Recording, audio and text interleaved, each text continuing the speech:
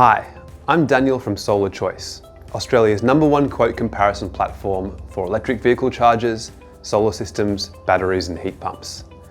We specialise in guiding apartment buildings through complex sustainability upgrades, things like putting big solar systems on the roof, electric vehicle chargers in the basement car park, even replacing old gas hot water systems with heat pumps that are far more efficient. And this is the first video in a new series that's going to be covering all aspects of EV charging in apartment buildings. Now, while most people in Australia live in houses, around 10% of us live in apartments. That's more than 2.5 million people living in units that are mostly concentrated in Australia's capital cities. Now, apartment buildings come in all shapes and sizes. You've got your 6-unit red brick apartments built in the 1960s. You'll see them in most capital cities in Australia. On the other end of the spectrum, we've got 400-unit complexes that were built in the last few years and everything in between. So you can fairly assume that there's no one-size-fits-all approach when it comes to electric vehicle charging in apartments.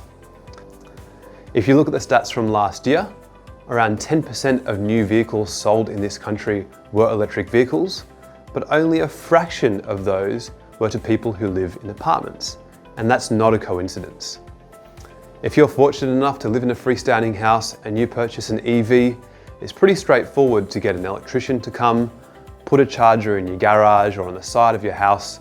But if you live in a strata building, it can be quite difficult. There are political things to navigate, working with the strata committee, working with other owners who all have to be in agreement about the best path forward. There can be technical problems to navigate as well. And this series is all about shedding light on each of those aspects so that you, as an apartment tenant or owner or committee member, can start moving forward with investigations for your building. Now, if you live in a city, particularly in an apartment, you probably would have seen some of the band-aid solutions that people have employed over the last 5 or so years if they've had an electric vehicle but not had an easy way to charge it. You've probably seen someone with an extension cord thrown out the window of an apartment building down to the ground level to plug in their EV. Or maybe you've seen the same thing across the footpath with people carefully stepping over that extension cord. I've been to some buildings where people are stealing power, plugging their electric vehicle into a power point that was already in the basement car park, but in fact it's all the owners of the building who are paying for that person to charge their EV.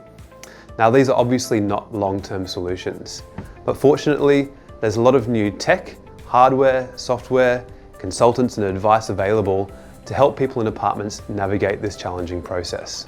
Some of the challenges for people living in apartments and looking at getting electric vehicle chargers in their car park are social challenges.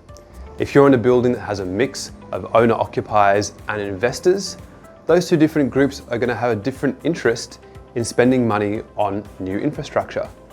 You can imagine that an investor who has a tenant in their apartment, they're probably not going to be quite as interested as investing in EV infrastructure as someone who lives in their apartment and just bought an EV and wants to be able to charge at home. Then there's the politics and the process of the strata committee and making sure you get the vote to support such a project. On the technical side, there's all manner of issues. How much electricity is coming from the grid into your building? How much electricity is your building using? And then how much electricity is left over to be allocated to electric vehicle charging? It's a really key question and should be at the start of the process for any investigations into EV charging in apartment buildings. Where are the electricity meters located? Are they in the car park? Are they far away? What are the costs to connect the EV chargers up to those particular meters?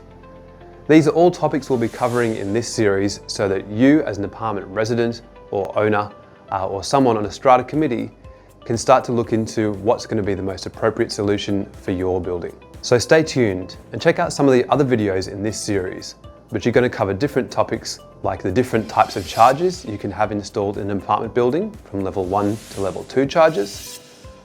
We'll be talking about backbone infrastructure, load management systems, automated billing platforms.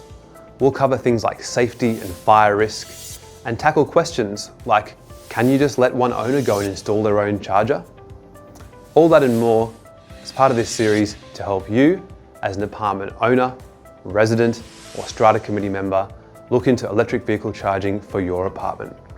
And if all this seems like it's too complex, there are experts on hand like us at Solar Choice who can help you through this process.